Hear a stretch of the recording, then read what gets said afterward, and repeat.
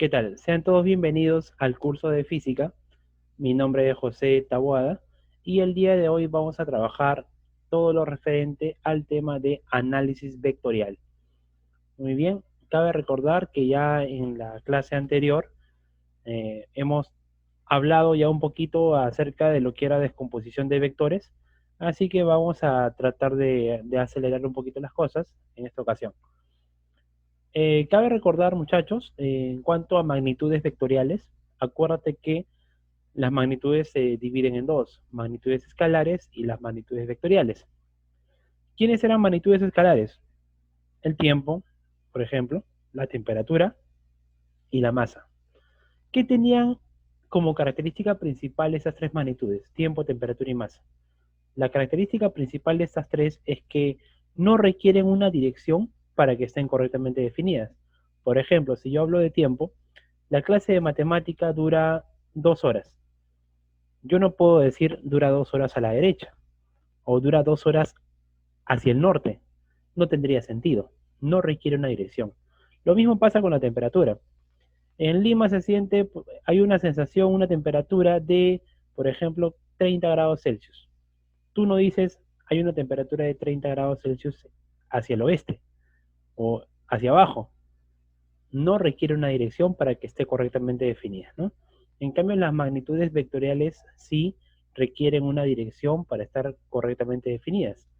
Es importante que se le establezca una dirección cuando hablamos de una magnitud vectorial. Por ejemplo, déjame recordarte, en cuanto a la velocidad, una vez pues a un alumno lo saqué a la pizarra para que me dibujara un móvil con velocidad de 20 metros por segundo y me dibujó esto. Después otro alumno intervino y dibujó el mismo móvil pero en otra dirección. Igual que otro alumno, igual que otro alumno. Entonces, habían 4 apreciaciones distintas en cuanto a lo que es velocidad. ¿Cuál de ellos estaba en lo correcto? Pues todos estaban en lo correcto. ¿Por qué? Porque a mí me faltó especificar la dirección de la velocidad. Pude haber dicho hacia la izquierda, o hacia arriba, o hacia la derecha, o en diagonal hacia abajo. Entonces aquí, en la velocidad, que es una magnitud vectorial por excelencia, es necesario que uno indique la dirección. Es vital, es de mucha importancia indicar la dirección en una magnitud vectorial.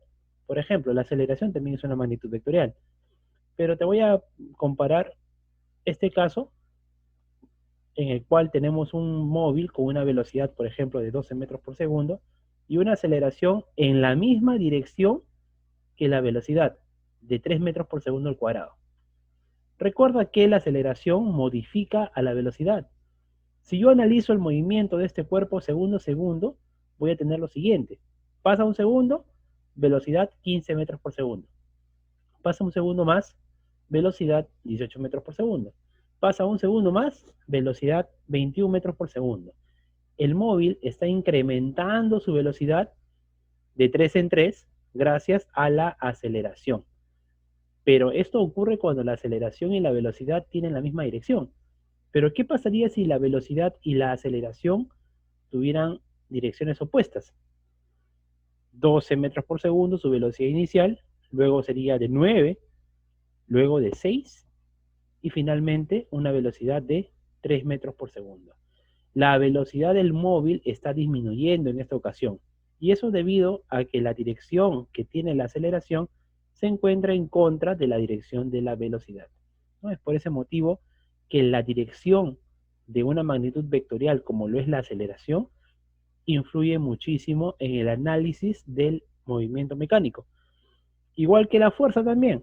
Por ejemplo, si yo le indico a un alumno, joven, empuje a esa mesa con una fuerza de 50 newtons, un joven me podría hacer esto. Pero otro joven de repente podría hacer esto.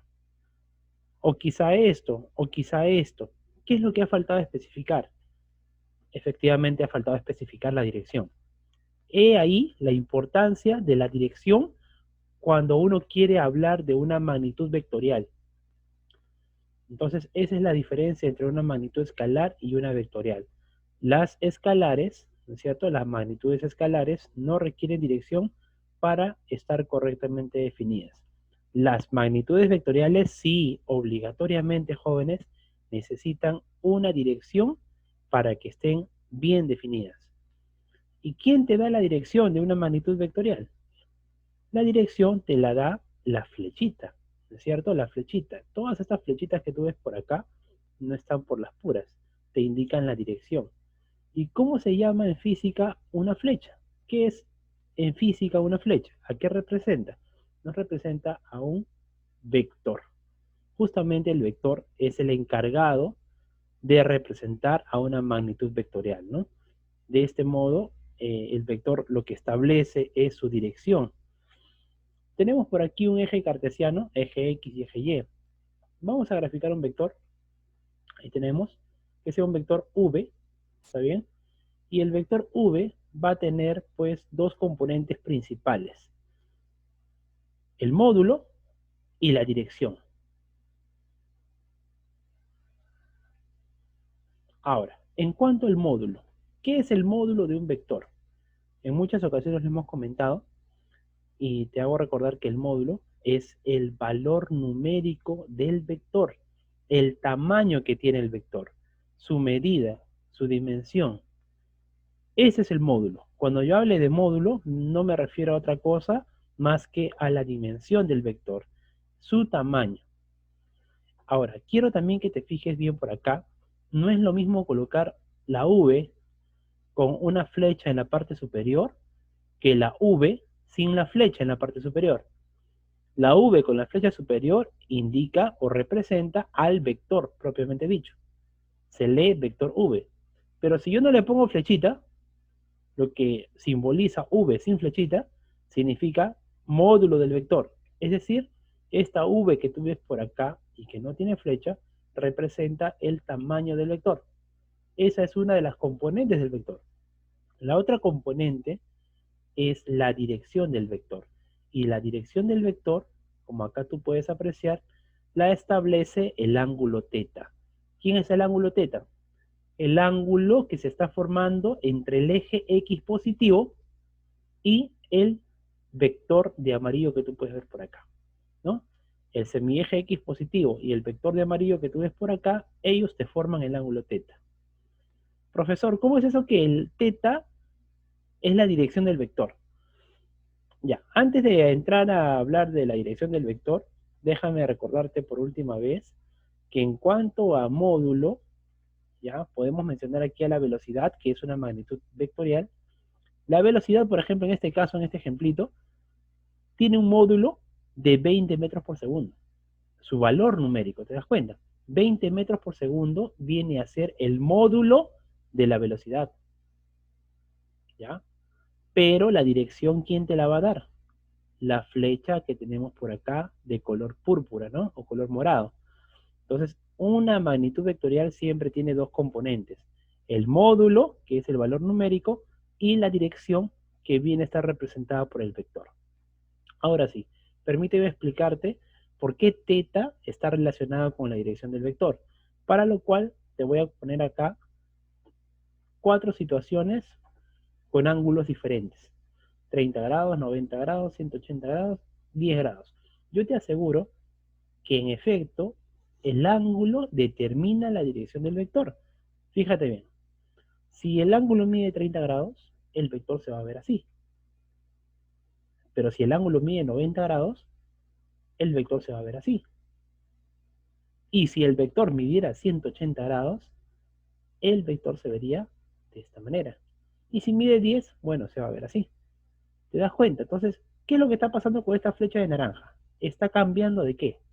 Está cambiando de dirección. ¿Y por qué motivo está cambiando de dirección? Gracias a que se está cambiando el ángulo θ. Recuerda, el ángulo θ determina la dirección del vector. Muy bien, vamos a continuar.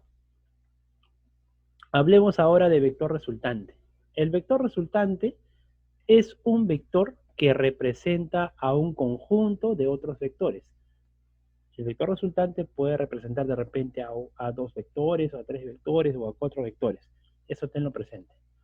Por ahora nos vamos a centrar básicamente en hallar resultantes solamente con 2 vectores, ¿no? Matemáticamente también déjame comentarte que la resultante se representa como la suma del vector A más el vector B más el vector C más el vector D. Claro está, para un ejemplo en el cual solamente participen 4 vectores, ¿no? Si participan 3 vectores nada más, sería A más B más C. Pero esta resultante, que tú ves expresada en forma de suma, no es específicamente una suma algebraica. No es como que si tú sumaras 3 más 4 más 5. No es así.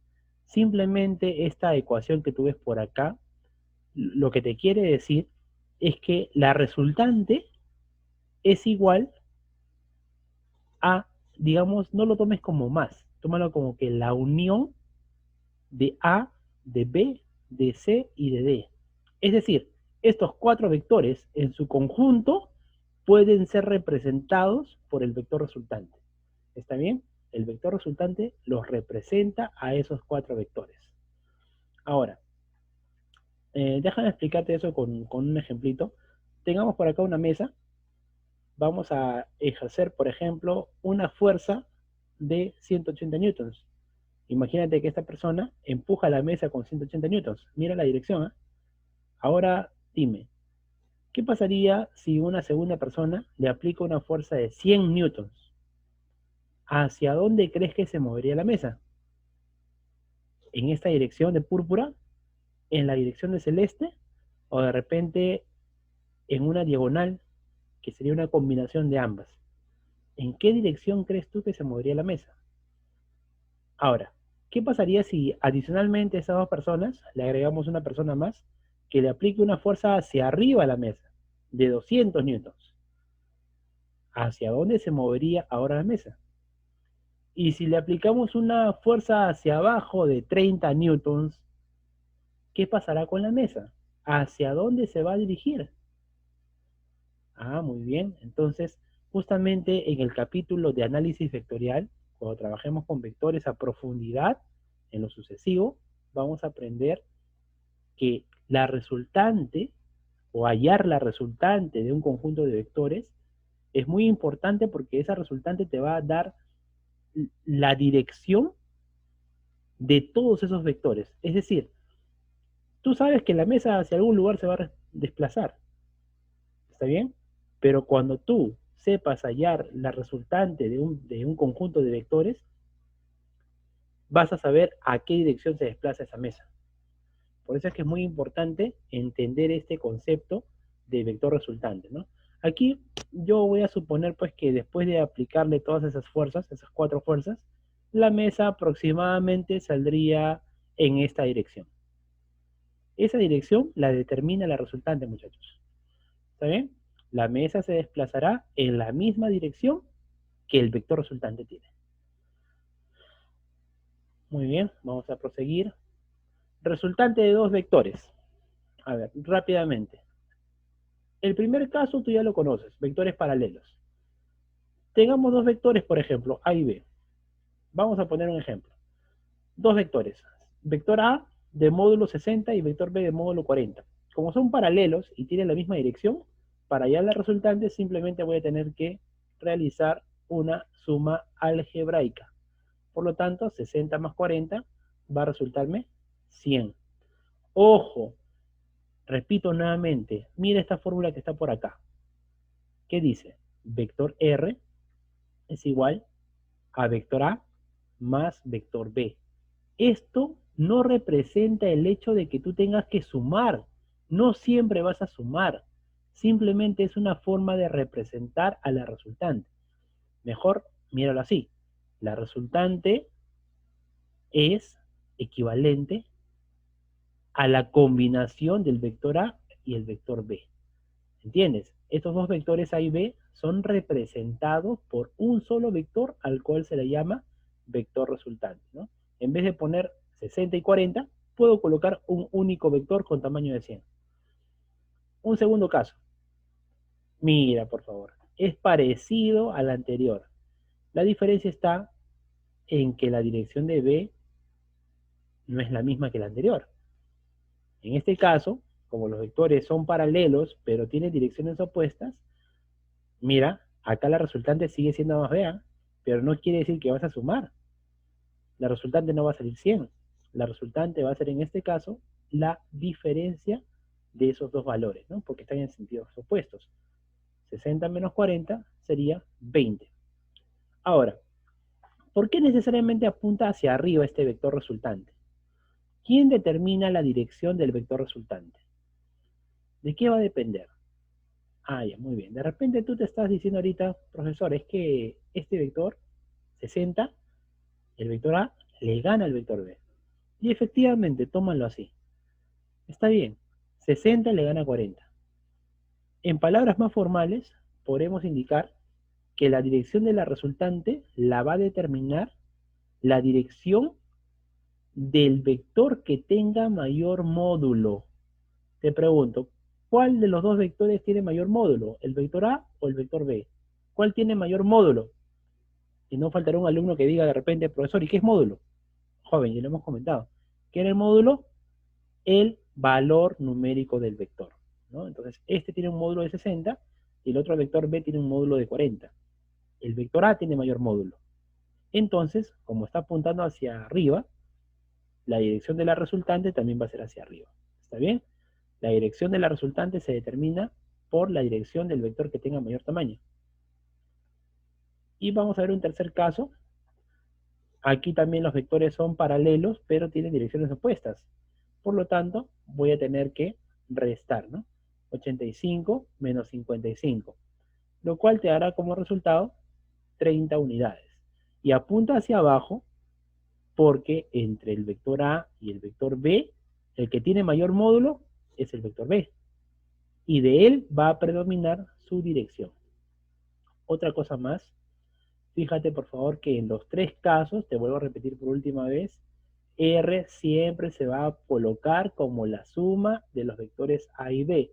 Y eso no significa que siempre vas a tener que sumar, por si acaso. ¿Está bien? De esto ya hemos hablado. Caso número 2, vectores perpendiculares. Por geometría, tenemos que saber que los vectores perpendiculares son aquellos que forman 90 grados. Por ejemplo, aquí tenemos dos vectores, un vector A y un vector B. Esos dos vectores se están formando efectivamente un ángulo de 90 grados. ¿Qué es lo que tienes que hacer en este caso para hallar el vector resultante? Cuando tengas vectores perpendiculares, lo que tienes que hacer tú es trabajar con el método del paralelogramo. Es decir, a partir de estos dos vectores, tú vas a formar un paralelogramo. Trazas una paralela por aquí y trazas una paralela por acá. ¿Me entiendes? Esta línea va a tener que ser paralela al vector B. Y esta línea va a tener que ser paralela al vector A. De esta manera. Una vez que has hecho esas líneas punteadas, el vector resultante lo vas a hallar uniendo el punto de origen, el punto de coincidencia de los dos vectores iniciales y este punto de intersección de las líneas punteadas. Sería más o menos así. Esa va a ser, o ese va a ser tu vector resultante. Hacia esa posición, en esa dirección va a apuntar el vector resultante. ¿Ya? Es como si pusieras una caja aquí y tú empujas, o una persona empuja hacia arriba y otra empuja hacia la derecha. ¿Hacia dónde se va a mover? En diagonal. Justamente el vector resultante es el que te va a indicar hacia dónde se va a mover específicamente. ¿Ya? Pero tiene que ser así, trazando un paralelogramo. Luego de eso, también te vuelvo a repetir, R se representa como la suma vectorial de A y B. Pero se calcula de esta manera, con esta formulita, como si fuera un teorema de Pitágoras, ¿no es cierto? Entonces vamos a calcular la resultante elevando 3 al cuadrado más 4 al cuadrado, lo cual operando sale 25 y su raíz cuadrada de 25 sería 5 unidades. Un segundo ejemplo, igualmente tienes vectores perpendiculares de módulos 24 y 7. Vamos a aplicar el método del paralelogramo y ahí vamos a trazar el vector resultante. Recuerda, del punto de intersección de los dos vectores hasta el punto de intersección de las líneas punteadas. Ahí lo tienes, vector resultante. Y el vector resultante se representa como la suma de A más B, pero no se suman, o bueno, no siempre se suman. En este caso, aplicamos el teorema de Pitágoras y llegamos a la conclusión de que la resultante va a ser igual a 25 unidades. Esto tú lo puedes comprobar operando. Bueno, acá hay un comentario que es pertinente.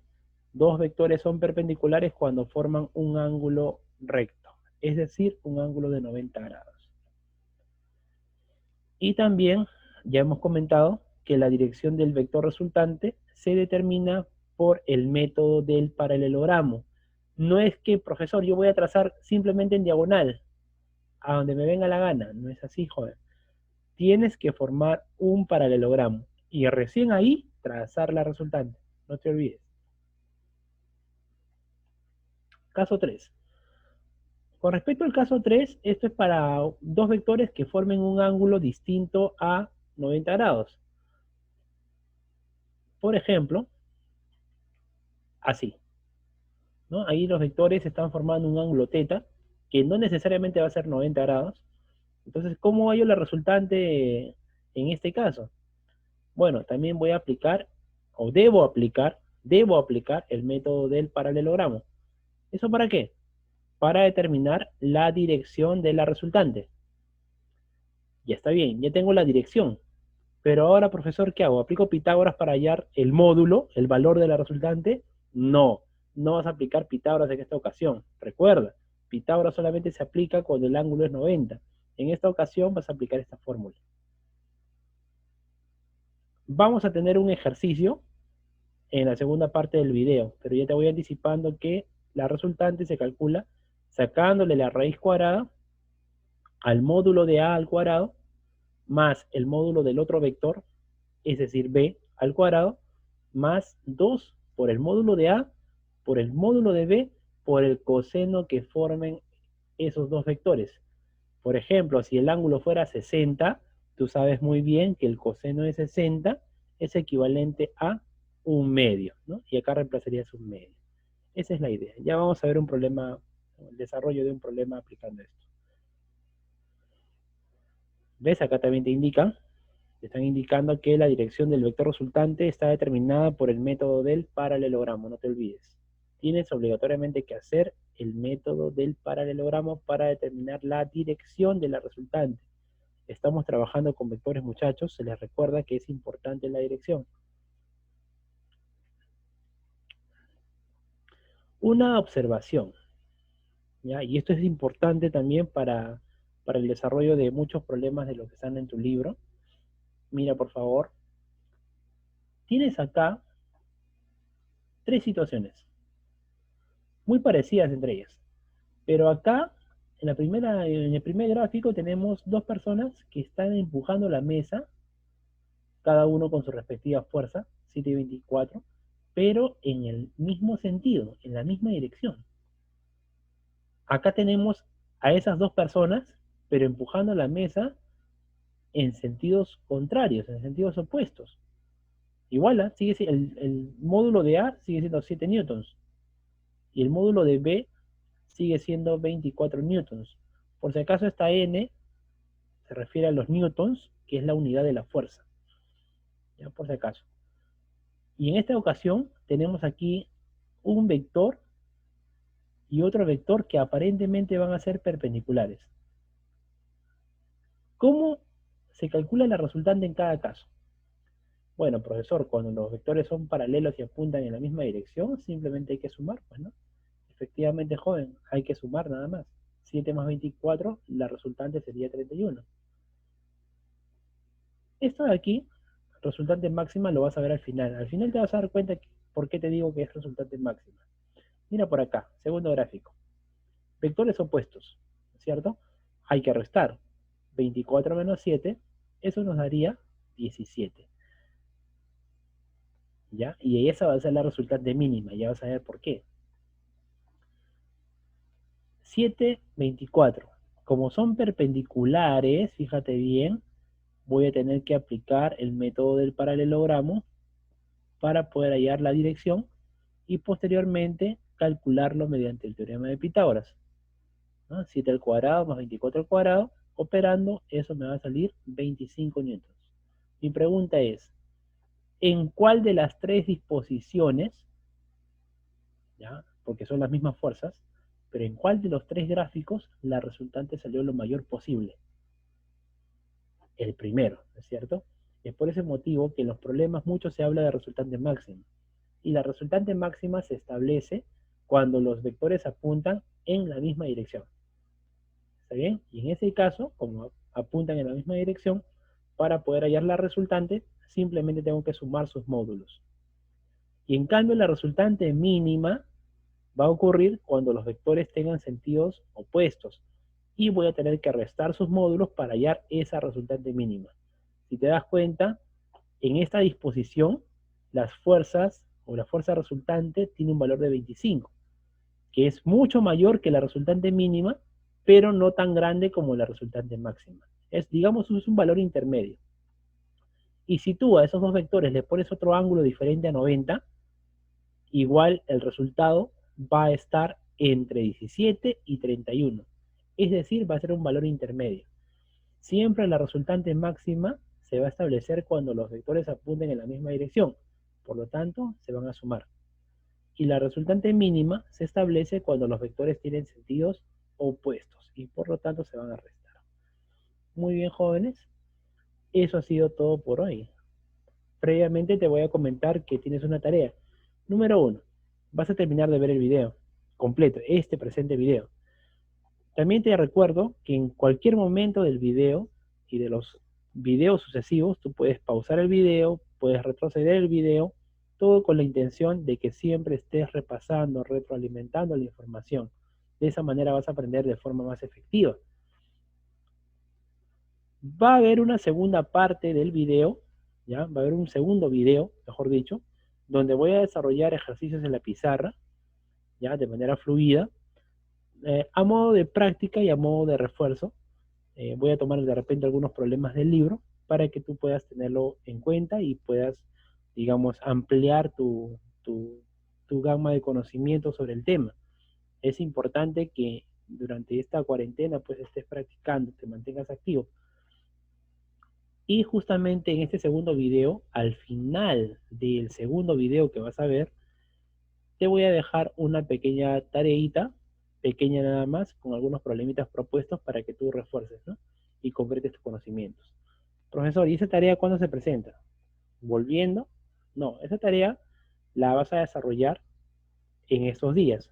Organízate, hazte horarios, ¿está bien? Levántate un poco más temprano, organiza tu día y vas a agarrar tu cuaderno de física y en ese cuaderno de física ahí vas a desarrollar los problemas propuestos que yo te voy a dejar en el segundo video.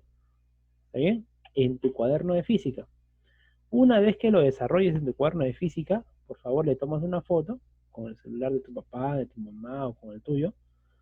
Le tomas una foto y me lo envías en formato de imagen a mi correo personal, que es el de acá, jose.taboada, ch de Chávez, @gmail.com. ¿Está bien? Entonces, eso sería en cuanto a la tarea, jóvenes. Va a haber un segundo video, no te olvides de seguir viendo el segundo video. Y eso sería todo por hoy, jovencitos. Muchas gracias. Mantente tranquilo, mantente con muchas esperanzas. Este sacrificio de cuarentena que estamos haciendo, yo espero que sea de lo más positivo para todos. Todos tenemos familiares a los cuales queremos mucho y no queremos que a ninguno de ellos le pase nada. Entonces, lo mejor que podemos hacer es hacerle caso al gobierno, seguir las indicaciones al pie de la letra, lavarse las manos frecuentemente. Si es que por A o B tu papá o tu mamá salen a la calle, hazles recordar que por favor se laven las manos, que dejen sus cosas, su ropa, sus zapatos, que lo dejen afuera, que lo pongan en una bolsa y que entren prácticamente desnudos, ¿no? Prácticamente, ¿no? De frente a la ducha, que se bañen, que hagan lo pertinente y después ya esa ropa pues que la desinfecten, ¿no?